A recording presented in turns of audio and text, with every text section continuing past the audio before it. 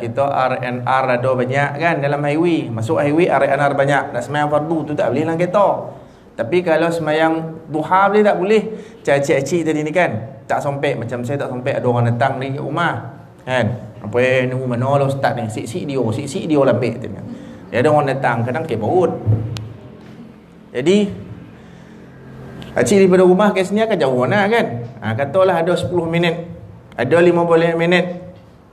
Tak sampai semayang duha ke rumah. Ataupun kalau mungkin ada waktu pun saja kita memilih untuk semayang dalam kereta. Boleh tak? Boleh praktikkan benda tu. Kan? Semayang dalam kereta. Cik buat kereta kan daripada rumah. Start enjin tu. Janganlah start tahu semayang. Undur lalu. Undur keluar. Nah, elok-elok keluar nak masuk gear tu. Takbir. Allah tak payah kat tangan tu. Tangan tu kan sunat dia kan. Kalau boleh lah. Kalau tak boleh tengah bawa kereta jangan angkat tangan. Kegaung pun ya. Takbir dulu. Allahu Akbar. Tak payah letak tu. Angkat tangan kau nak angkat tangan sebab kereta belum jalan ni. Angkat tangan. Allahu Akbar. Allahu Akbar ya. Letak tangan ke steering tu. Bawa. Kan? Bawa kereta tangan tak letak steering. Pola-pola kan. Jalan. Bawa. Pergi mana ni? Pergi kuliah Mas Buti. Bismillahirrahmanirrahim. Alhamdulillahirrabbilalamin. Ar-Rahmanirrahim. Kau jawab ada, kau jawab tidak mikrofon ni. Ar-Rahmanirrahim. Maliki yaumiddin. Iyyaka na'budu wa iyyaka nasta'in. Ihdinas siratal mustaqim. Sampai waladdallin. Amin. Lepas tu baca surah apa? Semayang duha surah apa? Rakaat pertama lepas Fatihah. Surah Surah Asy-Syam. Bagus cik. Wasyamsi wa duhaha wal qamari idza talaha wal apa habis tu? Allahu Akbar. Takbir, tangan, pegang steering, Allahu Akbar, tengok jalan. Bismillahirrahmanirrahim, hamidah, Allahu Akbar. Jadi sujud itu lebih rendah daripada rukuk Tapi mata tetap tengok depan. Jangan tengok break. Kegaung pun ya. Kan? Jadi okey balik. Macam biasa. Tapi pastikan kita dah ada wudu. Betul kan? Pastikan tidak menanggung najis. Kalau kita pakai selipar, boleh tak kita sembahyang atas selipar kita? Boleh. Sebaiknya kita tangga. Kaki kita atas selipar tak apa. Kita tangga. Sebab bila kita tangga, kita taklah dikatakan memakai selipar. Sekalipun kaki kita atas selipar. Faham tak maksud saya? Jadi mana kalau kita pakai kasut, tanggaan kaki kita daripada kasut tu, letak kaki atas kasut. Tak adalah mana kita pakai kasut tu sembahyang. Faham? Itu dengan syarat kasut kita tidak menanggung najis.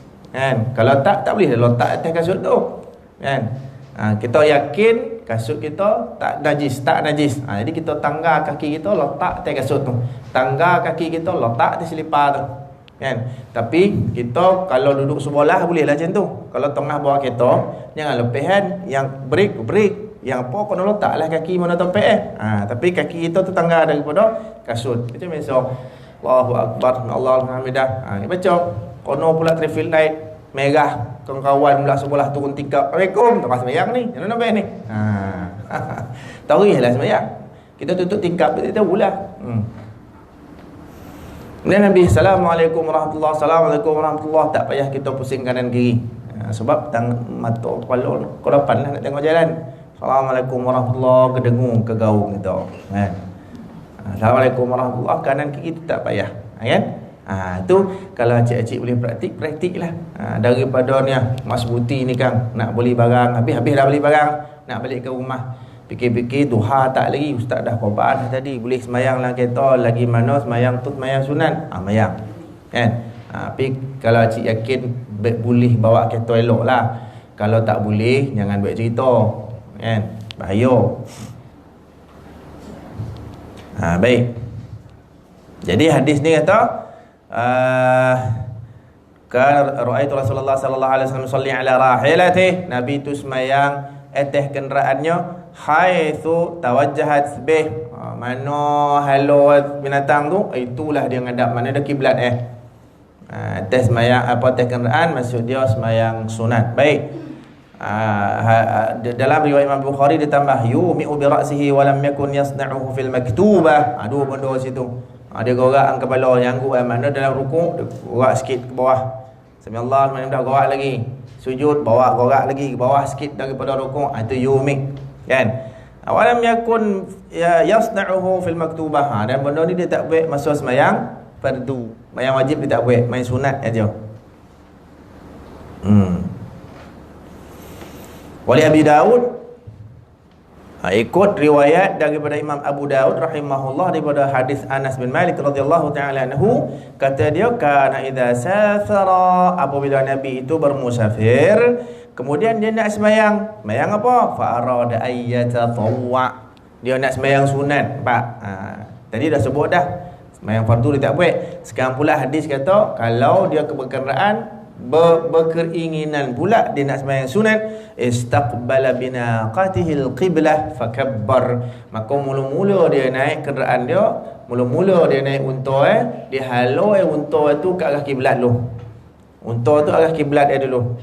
Arah kiblat dia pun takbir Allahu akbar, kemudian unta bergerak. Tak kisahlah halau ke mana gerak unta arah ke mana unta tu tak kisah, tidak membatalkan solat Mana dia? Mana arah kuda itulah arah kiblat ketika semayang atas kuda tu ataupun atas unta ataupun atas kenderaan Faham ya? Cik boleh buat ni. Kan? Tapi kalau fikir juga keselamatan rasa-rasa tak boleh, terganggu dengan bawa kenderaan kita, tu jangan buat kalau tak biasa. Kalau rasa-rasa boleh buat, tapi elok tak buat. Pasal apa? Pasal kita buat pada kadar yang kita boleh lah. Kan? Letak tangan tu betul, tak payah angkat tangan, letak tangan ni steering ni, takbir tu Allahu akbar, bismillahirrahmanirrahim, alhamdulillahirabbil alamin, boleh je, tak ada masalah. Kalau tersilap pun masih okey lagi. Pasal apa? Kita buat sembahyang sunat, tak banyak masalah lainlah sembahyang fardu kita kena teliti betul. Kok colah tu ada kita buat benda yang membatalkan sembahyang kita, masalah lah kan. Dah tahu kemudian batal, kena buat balik. Sembahyang sunat kalau kita tahu lepas tak kon dia buat tadi ni tak payah kita ulang dia ada sunat dia. Kan? Thumma yusalli haitsu kana wajhu rikabih. Lepas dia pun takbir, dia halau binatang kenderaan itu tu halau ke kiblat, kemudian dia takbir, kemudian dia sembahyang ikut macam mana halau binatang kenderaan ni. Baik. Hadis qala an Abi Sa'id al-Khudri radhiyallahu ta'ala anhu anna an-nabiy sallallahu alaihi wasallam qala al-ardu kulluha masjidun illa al-maqbarata wal hammam, rawahu at-Tirmidzi wa lahu illah. Jadi hadis ni hadis muallal. Hadis ni masuk sebagian ulama kata hadis ni dhaif. Hadis ini ada cacat colok. Baik, tak kisahlah yang tu. Cuma hadis ni nak kata apa? Nabi kata al-ardu kulluhu masjidun illa al-maqbarah wal hammam. Dalam satu riwayat Nabi SAW diberikan keistimewaan oleh Allah Ta'ala kepada dia. Allah Ta'ala berikan keistimewaan kepada Nabi SAW dalam beberapa hal yang tak pernah Allah berikan kepada Nabi dan Rasul yang terdahulu daripada dia. Satu daripada perkara itu adalah Allah menjadikan keseluruhan bumi ini tempat sujud bagi dia dan umat ni. Kan? Allah menjadikan waja'ala liyal arda masjidan. Allah menjadikan bagiku dan juga umat keseluruhan muka bumi ini tempat sujud. Bolehlah kau tak semacam yang sebelum-sebelum ni Nabi dan Rasul terdahulu ada tempat-tempat khusus, tempat-tempat tertentu. Kita tak. Allah permudahkan kita kan. Nak semayang kat mana pun boleh. Bukan semestinya tempat khusus macam surau je ke, masjid ya ke, atas tikar sejadah ya ke, tak. Atas rumput pun boleh. Tapi pastikan tungau tak naik. Atas topi pantai kat pasir pun boleh. Kan? Nak atas jalan raya pun boleh. Kau rasa-rasa dahi tu tahan terbakar contoh kan. Boleh kita semayang mana-mana. Dah sebut dah. Itu sebagai masjid. Al-ardu kulluha masjidan. Itu satu. Boleh semayang kat mana-mana. Illa al-maqbarah wal hammam. Ini tak boleh kecuali di kawasan kubur dan tandas. Ada beberapa dan perselisihan pendapat ulama dalam hal ni. Apa hukum semayang kat kubur? Secara umum dalam mazhab Syafi'i semayang kat kawasan kubur makruh. Makruh. Kecuali kalau semayang jenazah lah, semayang ghaib ke apa kan. Kadang-kadang kita tak sampai, kita bekerja, kawan kita meninggal, kawan rapat betul lah. Tapi duduk jauh. Duk kenu utara Padah tu. Kita di Budak Somban. Dongah lepas subuh nak ambil wuduk dia meninggal.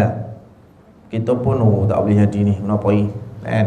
Dia meninggal pukul 5, dapat berita pukul 7 contoh kan, ataupun pukul 6.30. Kenapa ni? Bolalah ni. bekerja naik kereta. Itu kawan dia kau pak cadang kita nak tanam. Kalau belah utara dia kata nak simpan simpan masa nak ke bumi lah kan. Lepas Zuhur dengan lepas Zuhur sampai ni pukul 7 Zuhur pukul 1:30 gedebak-gedebuk pukul 2 contohlah kan. Gedebak-gedebuk kita pasang ke kampung kan, gedebak-gedebuk pukul 2 sembahyang jenazah sampai ni je dia. Ni pukul 7:30 pukul 8 9 10 boleh 1 2 6 jam. Besok dan bawa dalam 5 jam ni contoh lah kan. Contoh sampai ni pergi tengok jam mula ada aksiden kat tengah jalan. Ui macam mana ni? Kat mana tu? Ada kat Penang jadi kan. Dekat dah. Kat Penang tu sampai ni insya-Allah sejam setengah sebelum ke bumi dia boleh sampai kan. Tengok kehendak Allah dan takdir dia ada aksiden tengah jalan. Tak apalah. Ringkas cerita dia pocut ngak sampai dekat tol kawan kau dah ke kubur dah dia. Mana kubur share location dia. Share location. Pergi kawasan kubur tengok dah tanam. Boleh tak semayang lagi? Boleh lagi tak? Boleh semayang tapi kubur semayang ghaib namanya. Tahu tak semayang ghaib? Boleh kan? Tanya semayang ghaib dia tengok bawah dia. Tak tanya tengok balik saya. Semayang ghaib tahu tak? Tengok bawah balik. Tak nak buat tu dia kena tanya kan. Sebab besok macam itulah orang perempuan dia jarang melibatkan diri menyertai solat jenazah tu, tak jarang. Tak ada apa dah kan. Apa lagi semayang jenazah tu kat kubur kan. Orang perempuan tu dianjurkan untuk tidak ke kubur, takut nanti dia kan leleh kan. Kono pula ahli keluarga eloklah kat rumah. Kalau pergi tengoklah keadaan Kalau tidak dengan meratap-ratap bolehlah, harus. Kalau dah sampai tahap ini kan menyonyoi bertatapuk muka tu jangan pergi haram muka mat kan. Jadi sampai dah tanam dia pergi tepi kubur tu mayang. Allahu akbar di kubur. Ada kiblat ni kan. Mayang ghaib. Jangan bantai rukuk sujud pula, bongkar jenazah tu. Jadi kita sembahyang jenazah macam biasa. Tak ada rukuk, tak ada sujud. Allahu akbar. Baca dengan apa patut baca tu. Assalamualaikum, selesai. Saya pernahlah ustaz saya meninggal kan. Ustaz saya meninggal duduk kat Pulau Sawah. Kawan beritahu. Agak lembik lah beritahu tu. Dia meninggal tak salah saya malam tu lah. Tak pagi subuh. Tak salah saya. Kemudian saya belolah lah pergi. Sampai ke situ dia kata dah buat ke masjid dah semayang belum? Dah selesai dah ustaz ni. Dia kata saya dah selesai semayang dah. Tak apalah. Saya tahu pergi masjid. Sebab kawasan kubur tu dekat masjid. Dah semayang kat masjid, bawa keluar nak pergi tanam. Sampai orang dah keranda dah letak dekat tepi kubur, dah buka dah, nak ambil buat turun dia lagi.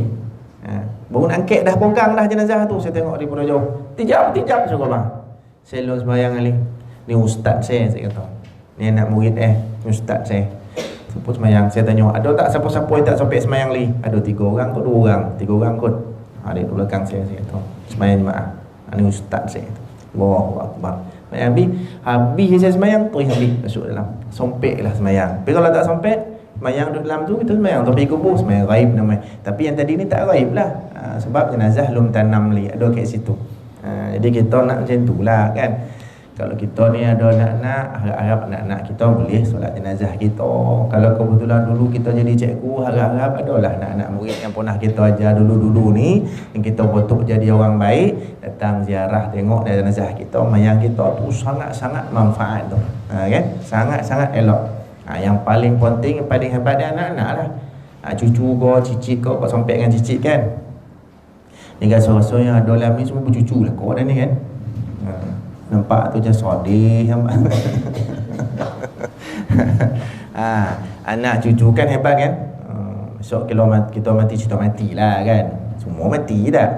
Ustaz ni lupa tu mulut kita mati kan. Dan pokok tak. Kita mati dah kau semua jadi kita mati susut depan tu. Yang jadi imam ni anak bertiga. Sebab dia belajar agama. Yang duduk belakang jadi makmum ni anak yang jadi doktor, yang engineer, yang tak ada anak yang jadi kaki kelentong. Hello, semua Duk soft yang kedua, cucu-cucu pula. Soft kedua, ketiga. Soft kompek cicit pula sampai yang lain-lain ke belakang tu lah. Baru orang-orang kampung, masyarakat sotompek. Bayangkan hebat tak? Soft pertama ni tak ada orang lain. Suku sakat dia ya. Nak dia semua. Katalah anak ramai. Anak ada 80 orang. Contoh. Ya orang dulu-dulu macam tu. Betul tak sih? Orang dulu-dulu anak 80, 24. Tapi cawangan 3 kan. Tapi ada kat saya. No, Ustaz Alim tu, Ustaz Alim pun anak. Ustaz Alim tak kena silap hari bulan tak. Ustaz Alim berapa orang anak ni? Hampir boleh lebih daripada jumlah satu pasukan bola tu. Itu seorang ibu itu. Betul kan? Ini 3 ibu anak 2. Ibu 3 anak 2. Ramai ibu pun anak lagi kan. Dah bopil tolan kan. Jadi orang dulu-dulu anak ramai. Ya, kerja motong kota anak 3 boleh kan. Tanam padi anak 5 boleh. Tak ada yang 2, 3 tak jumpa dah kan. Boleh yang ini. Bolo ayam 10 ekor anak 5 boleh. Biar tu. Dulu-dulu kaya dengan anak, betul tak? Dulu kaya anak ni satu kekayaan. Dalam Quran dah sebut. Nah ya, Quran kata innama amwalukum auladukum fitnah. Sesungguhnya harta kamu dan anak-anak kamu ujian bagi kamu. Pasal apa? Harta kekayaan, siapa tak maugah? Anak pun kekayaan, siapa tak maugah? Kalau pula anak semua jadi yang universiti, yang berjaya dalam kerjaya, yang semua elok. Tak ada yang penyamun ni. Semua elok boleh semua elok macam ni. Kan bangga kita. Kaya. Sebab tu kalau anak ramai saleh pula, tengok kita mati so bangga kita. Kan? Kita tengok ustaz dah mati boleh tengok ke? Apa tak Ada hadis kita dengar bicara orang hidup tentang kita yang dah koreh ni. Kita boleh tengok ni, tengok macam mana mata dah pejam ustaz. Tu bukan hal kita tu dah, tu Allah ni kerja tu. Kan? Kita tengok dengan mata, kita tengok dengan apa, kita tahu.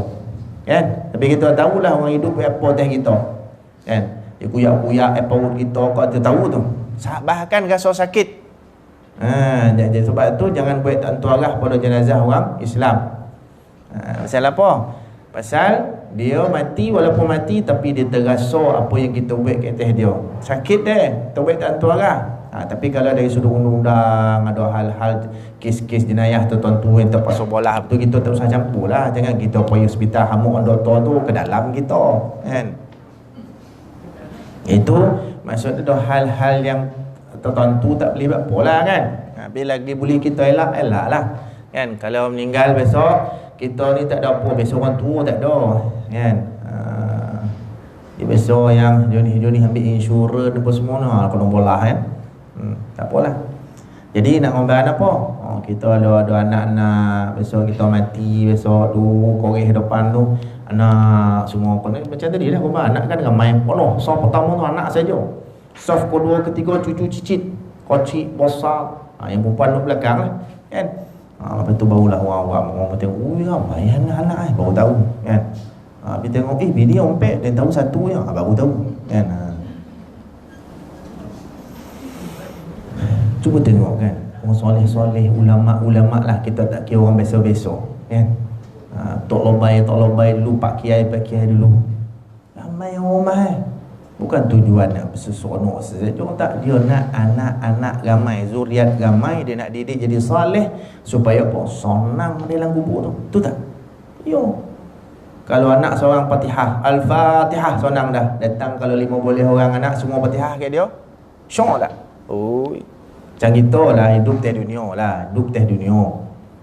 Acik semua ada anak 8 orang, 9 orang tu pun dah. Saya ni anak bukan ramai. 7 ya anak saya. Orang tanya ustaz, anak apa? 7. Buntang ni betul anak 7. 7 ya. Kan? Buntang ni betul. Seolah-olah kita ni tak ada kerja lain tu. Kan? 7 tu tak ada pun lah. Banding orang dulu tunggu separuh tu. Kan? Ustaz Alim kau nak banding tu baru separuh, saya 7, dia 4 boleh. Tengok dia relax, sonyak-sonyak pun keluar seorang. Sonyak-sonyak pun keluar seorang. Kayu dengan anak-anak. Rezeki melempah ruah, betul tak? Dia bukan apa ni, tak. Dia bukan orang yang apa nama ni yang ada jawatan-jawatan besar-besar ada. Joki dia lah anak ngoban tu. Jadi kalau kita ada anak 8 orang contoh setiap satu orang anak tu berjaya dan tiap-tiap kali birthday kita masing-masing beri bahagian hadiah. Ni mak rantai Habib jual di gogo 13,500 ni mak. Mak mau nyodok. Seronok anak pertama. Cerita Piramli lah. Kau buat apa pula dah kan? Anak mak cincin bertatah kembalian. Gogo up sikit pada tadi. Pek boleh 1,000. Insya-Allah. Tak bondo tu kita kadang dah sampai masa tua ni orang tua-tua cerita dengan saya. Bukanlah makna pengalaman tak tua ni. Dia kata apa dengan saya? Banyak orang tua banyak tu. Bondo-bondo macam tu ustaz, tak adalah kita nak tengok bona. Tapi yang paling mahal bila anak-anak tanya, mak apa khabar? Tu lagi mahal daripada dia bagi cincin. Dia tak tu tak tahu sebab saya tak tahu lagi. Dia kata bila anak tanya mak apa khabar, sihat tak? Kau mak tempat dia nak balik, mak nak kena pergi klinik kau, itu lagi mahal daripada dia beri 10,000, 20,000. Saya tak tahu, tak tahu lagi. Betul tak cik? Macam tak setuju. Ya tengoklah kitab ni terjago tak lolap dah ke. Koreh ya pula kau bertanya nah. Dah masing-masing pakai topeng tak tahu respon tengok tak tahu. Tengoklah kitab tak cik malih nak cerita.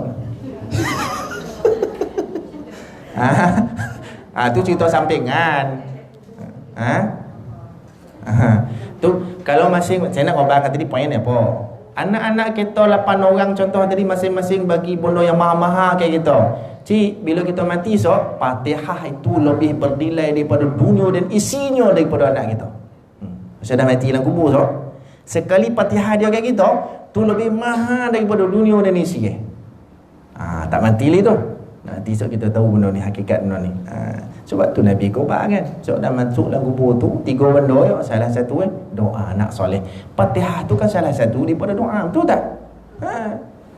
Tiap hari Fatihah. Ingat ya mak. Fatihah ya Allah pada mak din. Bismillahirrahmanirrahim. Alhamdulillahirabbil alamin. Amin. Tu lebih hebat daripada keto 10 biji yang satu persatu keto tu gogo 10 juta. Betul tak? Tapi orang hari ni dia tak apa nak nilai pun. Untunglah cik-cik ni baca kitab, hadir majlis ilmu, boleh faham benda ni. Faham dah, cuma kita tambah-tambah lagi kan. Bukan kalau cik tak faham sebelum ni, faham lah kau. Tapi kita nak biar ada sentiasa suntikan kepahaman tu lebih lagi. Kan? Biar ada soda kita sentak sikit kan. Ya, siapa kalau soda benda ni daripada sekarang lah. Nak buat anak tu anak yang elok-elok kan. Cik-cik pun alhamdulillah anak semua bagus-bagus kan. Tunggulah masa besok kita harap-harapkan hadiah yang bernilai daripada anak kita berupa bentuk sedekah Fatihah, sedekah bacaan-bacaan, doa-doa dan sebagainya. Tunggulah. Baik. Tengok kitab Letih cerita. Itu yang pertama, makbarah. Semayang dekat kawasan kubur makruh, kecuali kata ulama kalau kita semayang hadap kubur tu betul dengan niat memuliakan dia, membesarkan dia, tu jelas benda tu haram. Wal hammam bil air, ini pun sama. Kalau kita nak semai ada kira makruh, bukan dalam bilik air, kawasan bilik air itulah. Kalau dulu saya di Universiti Azhar tu, dia punya musola itu dokek dengan bilik air macam gitu, lebih pasal raya kan. Pasal apa jadi makruh macam tu? Pasal bau bilik air itu masuk dalam kawasan semayang kita kan. Sebab tu juga dalam ada sabit daripada hadis semayang di kawasan ternak binatang. Contohnya macam ternak unta, kambing. Pasal apa makruh? Pasal bau-bau itu masa semayang, bau tai unta, syok kau semayang. Tak tahulah kalau orang bau tai unta macam bau perfume kan. Betul jadi makruh kan. Macam kita semayang kan elok kan. Kawasan surau ada saya tengok. Biasa surau lah masjid ni kan, dah lah sekali dua. Tapi surau tu galak saya tengok. Yang dia letak air freshener tu kan. Jadi sendiri kan dalam 2-3 minit kan. Tu nak bagi apa tu? Nak bagi bau elok. selesa kita nak sembahyang Allahu Akbar, baru syok kan. Ni elok dah baru syok sembahyang jamaah, datang pula mamat seorang duduk sebelah bawa sampah pula buang. Itu masalah tu. Sebab tu kalau kita pergi seorang masjid, wangi-wangikan badan kita. Orang perempuan wangi tu biar nipih-nipih je, jangan keterlaluan pun. Masuk surau, satu surau bau, imam pun tersalah baca ayat dia bau kita tu kan. Tak boleh. Orang perempuan yang bau itu sikit je. Paling bagus acik bolilah bodak kuti kura kat bawah ni ada jual kat kuti kura tu kan. Kuti kura tu dia tak wangi pun tapi dia menghilangkan bau busuk kan. Dah establish sejak 50-60 tahun yang sudah, masih ada lagi kan. Saya kocik ni pakai bodak kuti kura dah. Saya rasa acik kocik pun pakai kuti kura kan. Daripada kocik pakai dah yang berkodutnya kan. Pakai kuti kura dah. Kat bawah ada jual kat pergi tengok. Murah je tu. Dia bawah staff-staff tu tengok tu senyum itu. Tu memang kuti kura tu. Apa kuti kura? Cik tanya. Janganlah cayo. Kampung lugu ibu nak pergi tanya bah, kau pakai kuti kura kau tu. Janganlah tanya. Ni dongah kau sampai ke bawah. Dongah kau? Pula dah. Peduli lah. Tengok ni. Baik, Allah jadikan masjid, Allah jadikan bumi ni semuanya masjid, melainkan tempat perkuburan dan rumah mandi air panas. Tu hammam asalnya tempat mandi kan. Bahasa kita bilik air lah. Jadi kedua-duanya dalam mazhab Syafi'i secara khusus, dua-dua tempat ni makruh kita semayang. Memilih tempat begitu, sedangkan ada pilihan yang lain. Semayang kat kawasan kubur, kalau terpaksa cerita lain. Terpaksa tak ada masalah. Dia ada pilihan, tapi pilih semayang kawasan kubur makruh hukumnya ya. Kawasan tempat mandi pun sama. Dalam rumah kita macam mana? Itulah. Dalam rumah kita kan dulu-dulu tak ada. Cuba cik perasan kan, dulu-dulu rumah tak ada bilik air dalam rumah. Bukan bilik air, jamban dalam rumah. Jamban semua kat luar kan. Saya ingat lagi masa saya kecil. Kalau saya kecil, acik masa tu masa muda remaja. Kalau acik kecil lagi, lagilah jauh lagi ke belakang kan, zaman Jepun. Dulu mana jamban semua luar rumah kan. Sebab tu orang dulu-dulu rumah berkat. Buat sikit cukup semua-semua makan. Anak 3 boleh. Macam kucing, burung tu cukup elok. Walaupun sikit-sikit, saya ingat lagi kan. Ya, makan tak banyak, ada sikit. Tapi sekali dia hurung elok. Ya, cukup semua. Tu nama berkat kan.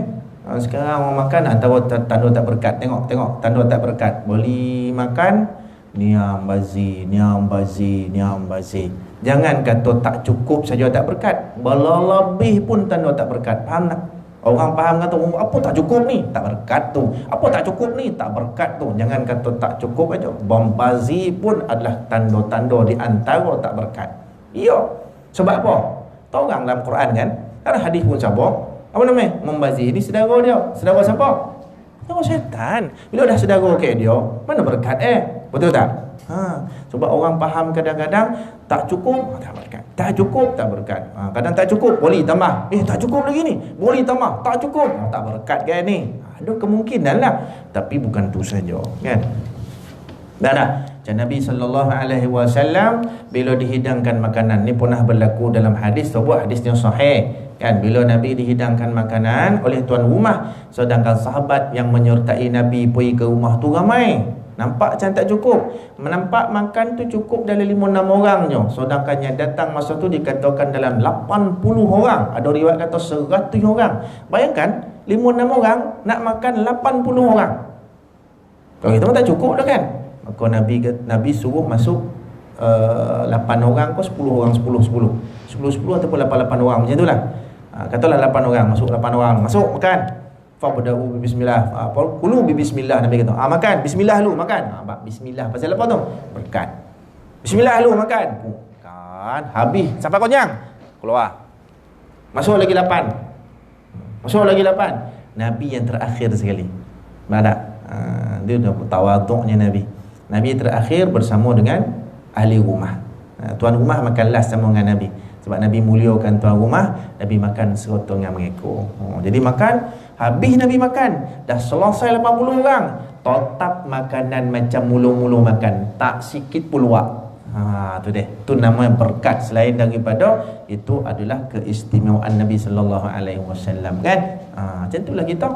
Makan bismillah tu insya-Allah lah. Tapi yang penting kita makan tu ada berkat Bila berkat masuk dalam badan, jadi darah daging, mudah untuk ibadah, mudah untuk sembahyang, mudah bangkit malam. Itu semua di antara petanda yang kita makan itu berkat. Faham tak?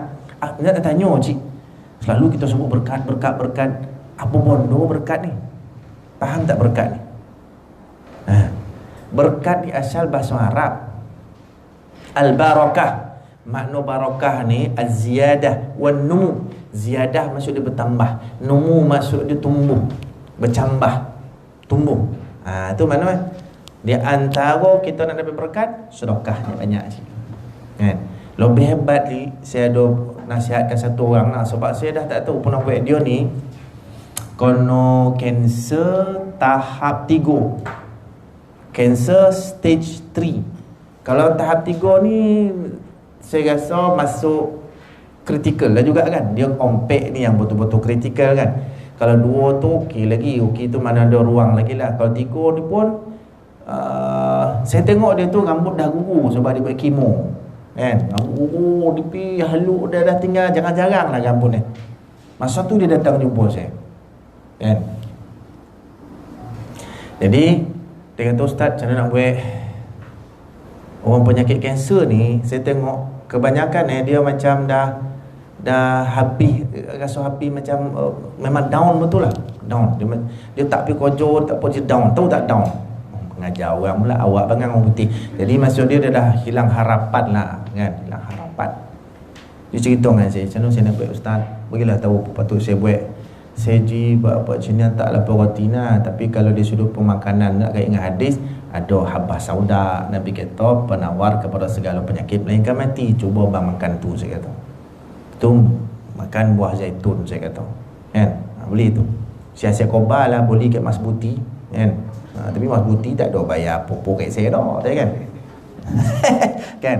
Tak ada lah mana susah nak cari. Kat Mas Buti lah saya macam tu ya. Baru ni ada orang tanya, Ustaz nak apa, nak beli apa minyak zaitun yang dia kata apa 30 kali. Saya kata pergi Mas Buti. Baru tipe sudah apa beli kat Mas Buti kan. Itu kau kobar lah. Itu nak yang 30 tu. Saya tak adalah kobar, Ustaz Ushairi suruh, tak ada dah kan. Tok kobar pula di mana kan. Jadi saya kobar macam tu. Boleh habas sauda, boleh minyak zaitun. Lepas tu saya kata kalau ada duit lebih boleh buat umrah. Minta betul-betul tu lambat tompek mustajab doa Madinah dengan Mekah tu. Minta lah doa sungguh-sungguh. Dan last sekali saya kata apa? Sedekah. Ke Madinah tompek yang paling afdal sedekah, supaya macam Mekah. Balik sedekah lagi. Kadar kemampuan lah. Kat mana diam anjuran sedekah. Nabi kata dawu mardakum bis sadaqah. Nabi kata ubati penyakitmu dengan sedekah. Mana? Dan bondo tu menjadi sungguh. Lepas berapa lama saya jumpa, lama saya tak jumpa dia. Kemudian saya jumpa rambut hitam dulu. Sebelum tu perang, jangan-jangan tu hitam lobek. Saya terkejut. Datang terima kasih dia kat kita. Kita kan ada apa pun, kita pun sebut apa yang hadis sebut aja. Dia kata alhamdulillah Ustaz, saya dah cek doktor clear 100%. Jadi mana dia kata penyakit kanser tak ada ubat. Mulut manusia. Nabi kata tak ada penyakit, tak ada ubat. Melainkan mati nak ubat boleh. Jadi kita sebagai orang mukmin beriman yang betul-betul percaya dengan apa Nabi sebut, tak ada penyakit, tak ada ubat. Kalau ada doktor sepakar dan sehebat mana kata kanser ke apa ke, tak ada ubat. Tak ada ubat kat kau, pak kau tak jumpa. Tapi hakikat kehidupan manusia tak ada penyakit, tak ada ubat. Percayalah. Sampai kata gila ni disebut dalam hadis salah satu daripada penyakit. Betul tak? Kan? Kan ada doa kan? Kita lalu baca Allahumma inni a'udzubika minal junun wal juzam wal baras wa sayyi'il asqam. Nabi kata, ya Allah, aku berlindung denganmu ya Allah daripada penyakit gila, penyakit sapak, penyakit kusta dan penyakit-penyakit yang melarat, yang tak elok. Bermakna gila itu disenaraikan salah satu daripada penyakit. Kalau dah penyakit ada ubat tak? Ada ubat. Tapi ada huraian lah. Gila ke macam-macam jadi gila kan. Ada gila bayang pun, ada gila macam-macam lah kan. Jadi kalau gila tu daripada asal, keluar-keluar perut omak gila, tu cerita lain. Tapi gila ni kadang-kadang gila tengah. Elok, mula-mula elok. Kono umur 8 tahun, 9 tahun jadi gila tu. Ataupun umur dah 20 tahun, 25, dia putus cinta jadi gila. Itu ada baik tu. Iya, dan bodoh tu pernah jadi. Bukan janganlah tiba-tiba minum minyak zaitun 30 kali tu. Lo gila kan. Ada. Kita usaha. Kadang-kadang ubat tu bukan setakat dengan bentuk makan dan minum, tetapi dia berbentuk doa-doa, bacaan-bacaan, amalan-amalan, wirid-wirid tertentu. Itu juga jadi penawar kepada penyakit, ya. Tu.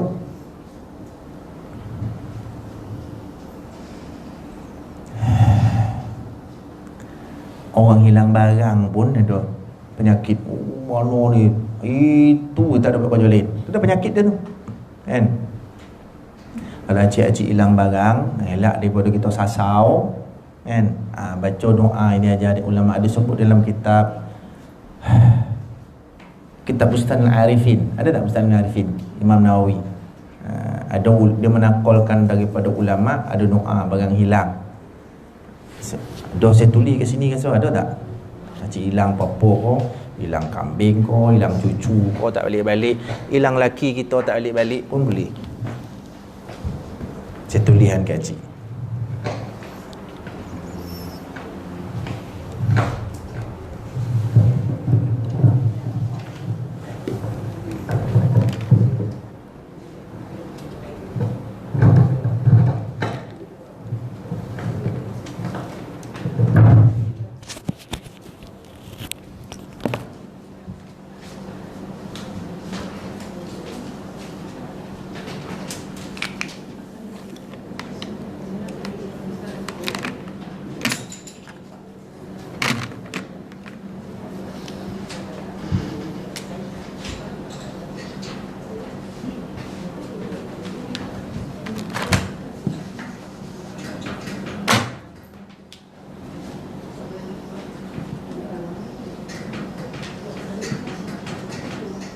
Nampak tak ni?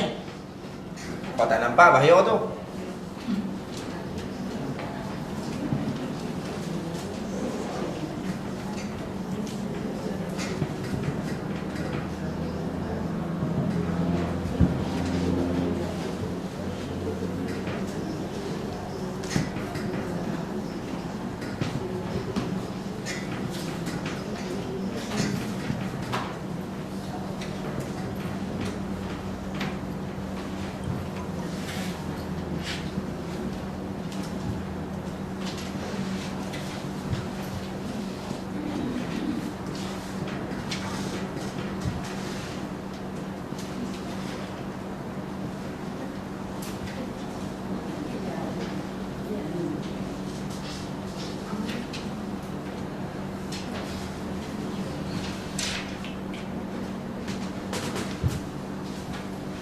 Ni dalam kitab Bustanul Arifin dia sebut Imam Nawawi. Jadi dinakalkan daripada ramai ulama, kalau aku ada kehilangan, aku baca ya doa ni tak pernah mengecewakan gitu. Mana baca mesti jumpa, baca mesti jumpa.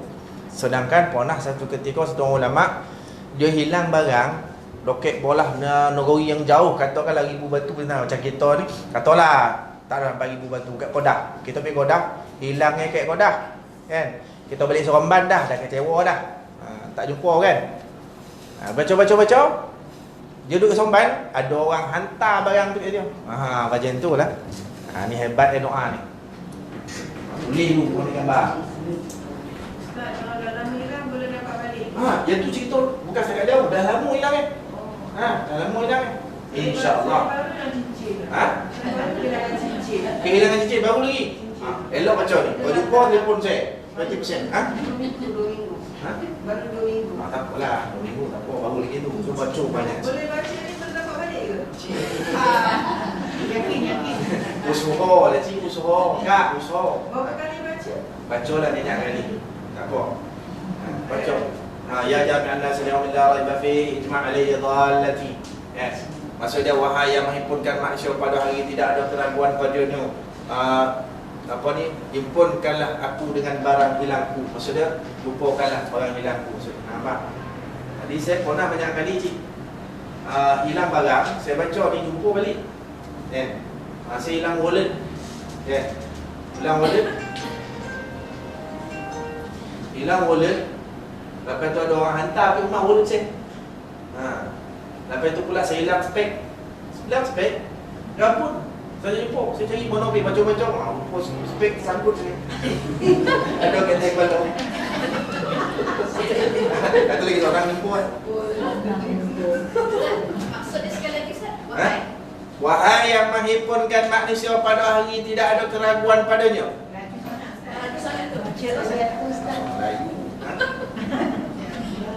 Ya jami'an nas al-yawm la rayba fi ijma' alayya dhallati. Saya ni cerita pengalaman je ya. Pengalaman kan. Banyak kali kat saya ni kehilangan sesuatu. Barang-barang lah misal kan. Saya baca alhamdulillah. Bukan kata saya hebat, tapi doa ni hebat. Kalau saya baca pun sama insya-Allah. Kalau yakin je. Jangan kata ustaz boleh kau kata hilang, kita hilang barang, baca je boleh jumpa. Ayat tu saja dah menggambarkan kita tak yakin. Kan? Betul dia. Alhamdulillah ustaz, nanti kita baca. Tu nampak ayat. Tak, ni ayat Quran ni, di pada ni asal ayat Quran. Surah mana tu? Sekejap, dia muka surat belah kanan tu bawah. Surah mana ni?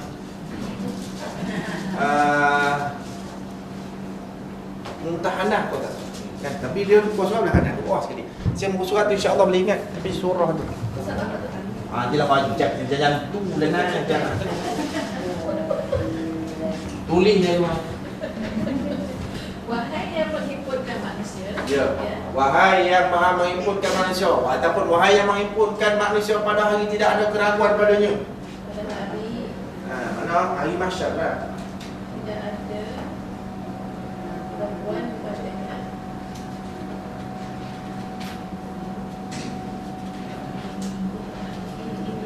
Wahai yang Maha menghimpunkan manusia pada hari yang tidak ada keraguan padanya.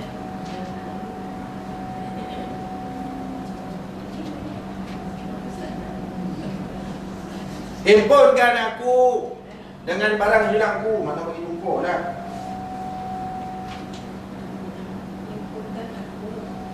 Surah At-Taghabun, boleh ingat? Surah At-Taghabun. Saya tak tengok lagi tapi saya ingat Taghabun. Saya tengok. Tidak aja sampai cik tengok ha. Oi, logik kau tak ayat yang lapun dia. Saya fikir apa? Ha? Baca. Sana?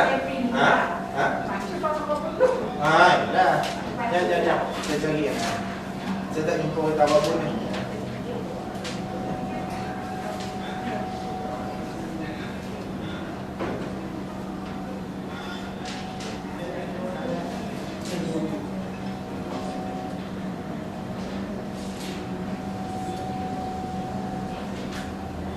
At-Taghabun.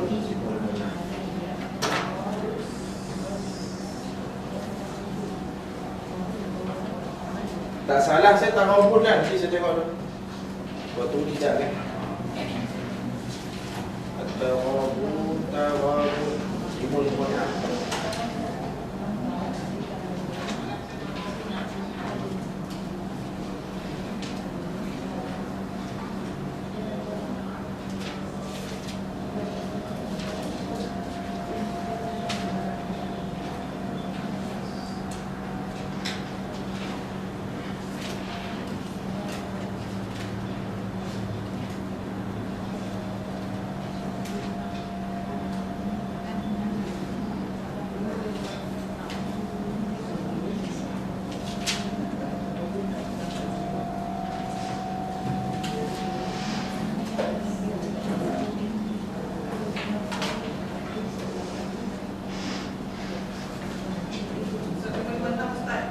Ya.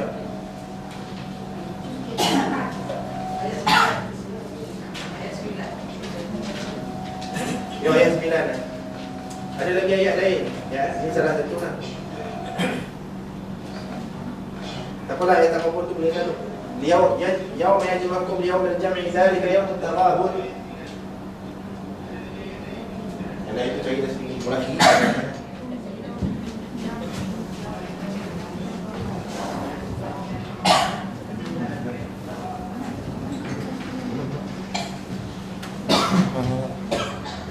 Okey, dah. Cik baca. Yang paling bagus baca lepas subuh.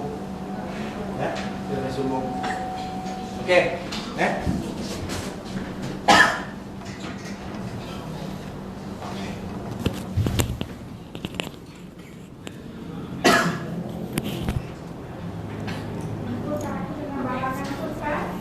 Barang hilang. Dhalah ni barang hilang. Dhalati, barang hilangku. Ijma' alayya dhalati. Himpunkan aku dengan barang hilangku. Mana? Bagi jumpa lah. Kita jumpa barang hilang kita tu. Apa kita hilang?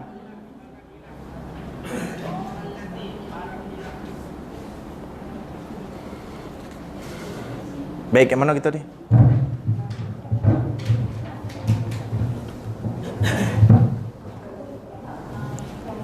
Dah habis salin dah, cik? Dah. Baik. Seterusnya, tengok muka surat 110 tu. Terus sambung hadis. Berkait dengan solat atas kenderaan ataupun dalam kenderaan. Qala, tengok kitab ya. Ani Ibn Umar radhiyallahu ta'ala anhuma anna an-nabiy sallallahu alaihi wasallam naha an yusalli fi sab'i mawatin. Ni adalah tompek-tompek yang dilarang oleh Nabi untuk kita semayang dia. Ada bahagian pendapat mengatakan tompek yang disebut ni ada haram, ada yang makruh sebab larangan dalam syarak daripada syarak tu terbagi pada dua secara umum. Ada kata makruh, ada kata haram. Tegahan makruh adalah sebab-sebab dia, tegahan haram adalah illah-illah dia. Kita tengok. Al-mazbalah wal majzarah wal maqbarah wa qari'ati at-tariq wal hammam wa ma'atin al-ibil wa faqa dhahri baitillahi ta'ala. Baik. Daripada Ibnu Umar radhiyallahu ta'ala anhuma bahawasanya Nabi sallallahu alaihi wasallam telah menugah ia bahawa semayangkan pada 7 tompek. Mana Nabi togah semayang pada 7 tompek ni. Yang pertama mazbalah, tompek berimpun sampah. Tompek buang sampah. Mazbalah. Sebab apa? Sebab di antaranya sampah, nama pun sampah. Berbau tak elok ya. Nombor 2 wal majzarah, tompek sembelih binatang pun sama juga sebab bau dan menjijikkan, najis, darah kan. Tompek najis. Wal maqbarah, ni tadi dah sebut dah. Kawasan kubur. Wa qari'ati at-tariq, tengah jalan. Mana qari'ati at-tariq ni? Orang lalu lalang, lalu lintas kat situ. Kita semayang situ. Tak boleh, menghalanglah orang. Sebab tu kalau kita pergi tompek-tompek asing, tompek orang luar negara kan, dia bukan ada kemudahan masjid surau. Kecuali kalau ada pun agak jauh lah mungkin. Sebab dia bukan tempat itu. Naik kereta solang 15 minit boleh jumpa masjid. Bahkan kadang-kadang di antara satu masjid ke satu masjid jalan kaki pun boleh sampai kan. Kojap-kojap ya. Jadi banyak masjid, banyak surau. Tompek luar-luar negara, apalagi negara yang bukan Islam, masjid ke masjid ni jauh kan. Kadang-kadang puluhan batu nak jumpa satu masjid daripada satu masjid kan. Kadang ratus batu pun ada. Ada satu orang ulama dia duduk kat mana, belah negara Europe lah. Dia kata daripada rumah dia setiap kali nak keluar, dia kalau semayang subuh dia pergi masjid. Kalau maghrib isyak kawasan dia lah. Mana dia ada surau yang dibuat daripada sewa-sewa tompek dan sebagainya. Tapi masjid terdekat perjalanan 3 jam. 3 jam. Kat mana saya tak pasti dia sebut. Setiap hari dia main subuh situ.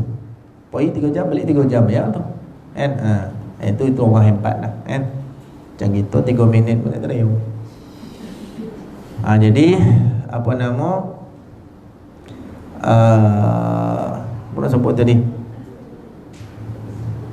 Jadi kalau kita pergi tempat negara orang, masjid payah nak jumpa. Kita nak semayang tepi-tepi jalan ni, tengok keadaan kan. Boleh kita semayang, mungkin kita semayang ni atau sebelah sana jalan, banyak jalan. Tengah-tengah tu ada macam rumput ke apa-apa.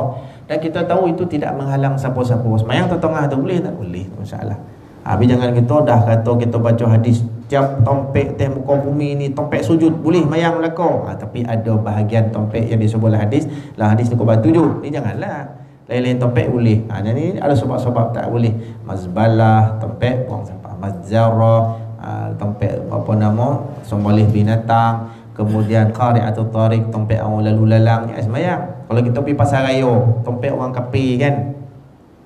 Kita di Indonesia ni boleh katakan setiap pasar raya tu disediakan kemudahan surau kan. Dah mudah kita. Tapi luar-luar negara mana nak cakau, tak ada. Jadi nak sembahyang kat mana? Kadang-kadang kita tengok ada satu tempat orang tak lalu lalang. Kat mana? Bawah eskalator kan. Kan jembatan tu. Jembatan panggil tangga bergerak tu eskalator kan. Eskalator tu bawah tu tak ada orang. Kita pun potang koteh ke pokok, kita tahu dah kita tak kacau orang. Sembahyang situ. Boleh. Pastikan arah kiblat mana? Arah Allahu Akbar. Tak ada masalah. Kan? Itu maksud dia. Jangan topek qari'atut tariq, lalu lalang orang jangan. Kalau sekat orang boleh tahan ni, boleh kilih-kilih. Kalau lori lalu, penyet macam tu lah kita. Bayar tengah jalan. Wal hammam, bilik air. Wa ma'atinil ibil, tempat merukup binatang-binatang unta. Kerana kita boleh unta letak unta mana? Tempat porah susu unta ke, tempat unta melepak ke, itu ma'atinil ibil kan. Wa fawqa dhahri baitillah, dan di atas belakang baitillahil haram. Mana teh bumbung tu tak boleh. Itu memang tak ada lah kita nak pergi situ. Kalau setakat dalam Kaabah boleh, tapi Kaabah tak ada masalah, kecuali kalau dalam masalah tawaf tak boleh lalu Hijir Ismail kawasan dalam tu. Kalau dalam masalah semayang Kaabah tu tak boleh semayang. Kalau Hijir Ismail tu boleh semayang tak dalam boleh, bahkan afdal.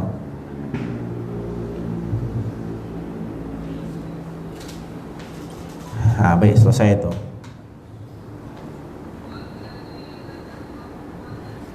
Kita sampai ke berapa? Lupa dah.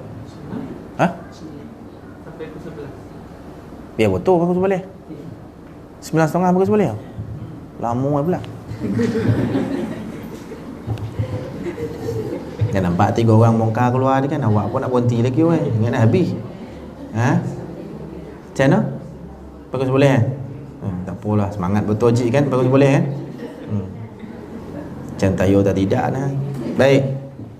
Itu tengoklah ya. Kita dalam masalah ni insya-Allah tak ada apa-apa. Cuma saya nak khabarkan tadi ni, kalau dalam rumah orang lama-lama dulu jamban ni luar rumah. Nak jaga benda ni kan. Tapi kalau kita hampir setiap rumah yang dibuat hari ni dah boleh siap lah. Ready made punya rumah kita boleh, memang dah ada kan, siap kan. Semua rumah tu jamban dalam rumah, bukan dalam rumah, dalam bilik lagi. Betul tak? Setiap bilik ada bilik air. Kita pula memang cari macam tu. Memang cari rumah yang ada setiap bilik ada bilik air. Sonang tu kan. Susah-susah sakit kelutut ke apa, sonang melangkah 3 langkah dah masuk jamban dia. Kan? Memanglah kadang-kadang kita dah berusia macam-macam kekurangan kita dari sudut kesihatan kan. Lutut ngasam pun jadayo kan, semua tu kan. Lepas tu pula dia jamban buat jamban duduk kan, tak ada jamban nyangkung tu. Apalah dah sekali nyangkung tak boleh nak berdiri dah ustaz, menjalalah keluar je tak kan. Dah sekali menyangkung tak pek dah tu dia. Sebab kata-kata jamban ni jamban duduk kan. Duduklah memburan sambil-sambil cucuk khabar grok kan. Tak elok benda kelaku tu. Macam mana makruh. Jadi tak apalah, kita mikirkan kemudahan dalam keadaan kita banyak kekurangan kan. Tapi bila ada bilik air dalam bilik, kadang-kadang bila kita nak semayang halau kiblat, botol-botol halau pintu jamban tu.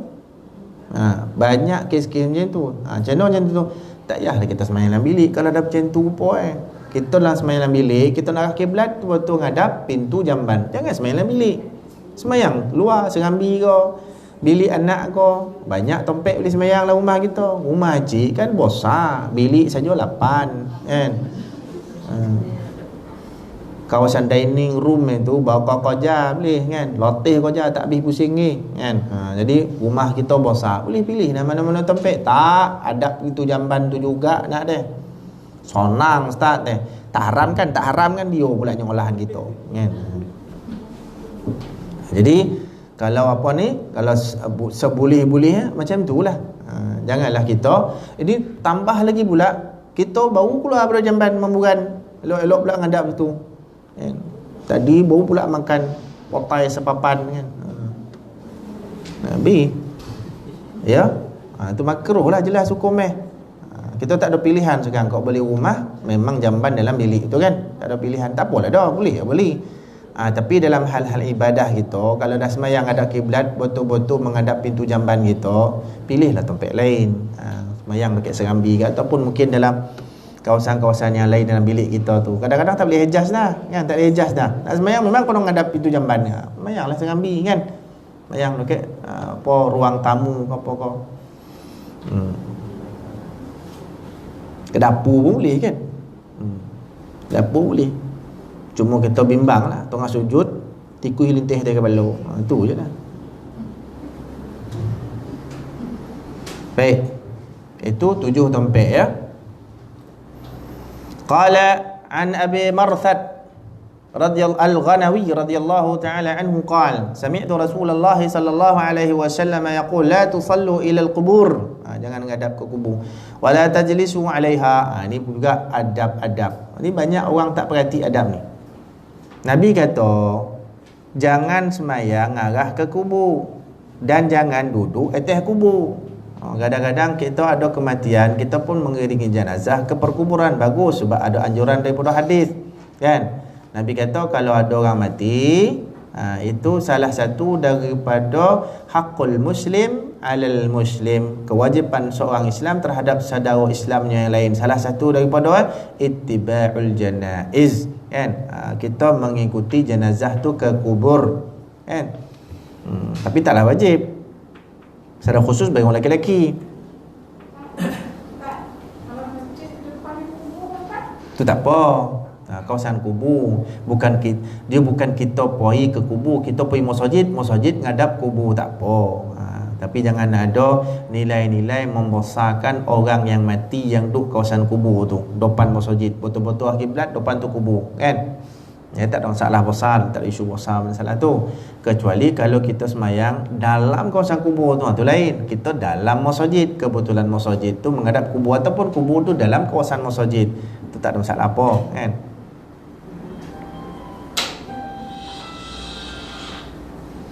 Wala tajlisu 'alaiha, jangan duduk atas kubur. Tu saya sebut tadi, kadang-kadang bila kita ngiring jenazah ke kubur, tengah-tengah baca, biasa tengah baca tahlil tu lah, tahlil kubur kan, ataupun tengah talqin tu, bantai duduk atas kubur.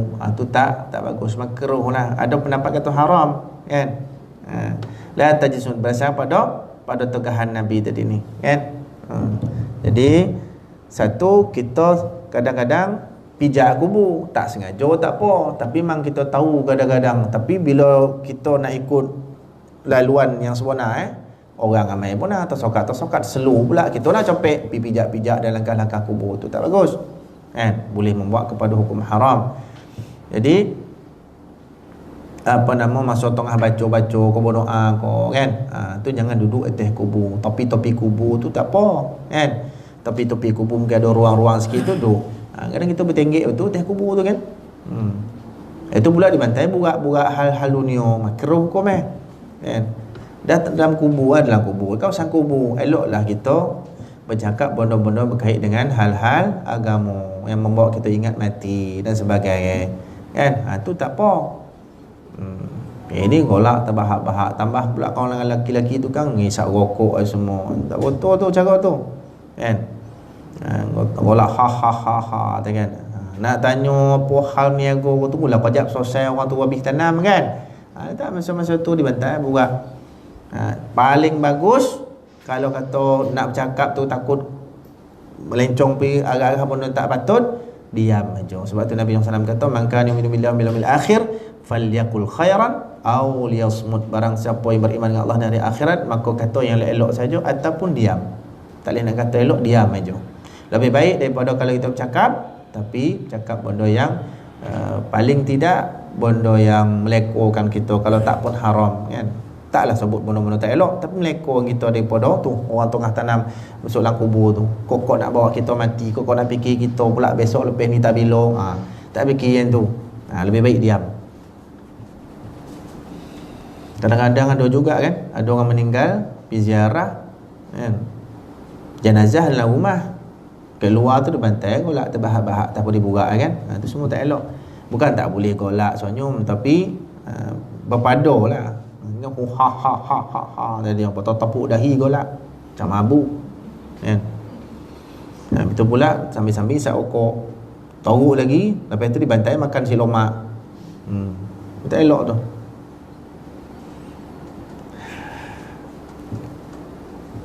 Baik, hadis seterusnya sikit lagi ya.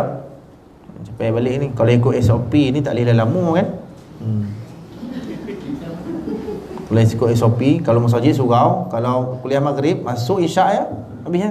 Ustaz, itu kalau ada azan isyak kita mana ada azan sekarang ni tahu ya tak? Jadi semua SOP terpajak dia tak boleh lama. Kemudian soalan tak boleh, haram. Tak boleh tanya. Apalah. Kan baru sebut. Ya. Ya. Okey. Dia semayang, guna tak ilmu, bau tak ilmu. Mengganggu kita punya rumah. Dia tak semayang apa bau. Macam mana tu Ustaz? Macam mana? Cik tu pindahlah rumah jangan duduk sebelah dia. Masalahnya dia baru pindah, kita dah tahu. Itulah masalah bila kita hidup berjiran, yang jiran tu mengganggu kita. Itu poning kepala. Tapi kalau dalam masalah kita cerita tadi, masalah semayang yang di antaranya hukum makruh kerana bau-bauan yang tak elok dalam rumah kita, dalam bilik kita ada jamban, ngadap pula jamban, bau makruh. Tapi kalau benda tu datang daripada jiran yang bukan daripada perbuatan kita, kehendak kita, itulah. Dan selagi mana kita tak ada pilihan, tu tak makruh. Tapi kalau ada pilihan, contoh kita pergi pindah bilik lain, bau tu tak ada, poi satu tu. Kalau kita masih duduk bilik kita yang masih dapat bau tu, makruh hukumnya. Ataupun pilihan-pilihan yang ada yang boleh kita tak bau benda tu ketika solat. Tapi itu kalau kita pilih juga untuk semayang tempat dalam keadaan bau, makruh dah hukumnya. Kan? Sebab tu Nabi SAW sebutlah hadis, "Thalathu khisalin min sa'adatil muslim." 3 perkara menjadi sebab kebahagiaan seorang Islam, seorang Muslim. 3 perkara itu apa? Al-jarus salih, jiran yang baik. Nombor 2, al-markabul hani, kenderaan yang selesa. Nombor 3, al-manzilul wasi', rumah yang luas. Mana rumah luas ni cukup dengan apa? Kalau macam saya anak 7, rumah tu sesuai untuk keperluan anak 7 campur laki bini 2, 9 kan? Sesuai. Contohlah. Kalau anak 2, sesuai lah kalau kita beli rumah dalam bentuk yang sederhana kan. 3 bilik, anak 2, seorang satu, seorang lagi laki bini. Sesuai lah, sederhana. Ni anak 2, rumah hampir tingkat kan. Tak sesuai, membazir. Betul tak? Itu disebutlah hadis kan. Hadis tu sahih riwayat Imam Bukhari kan.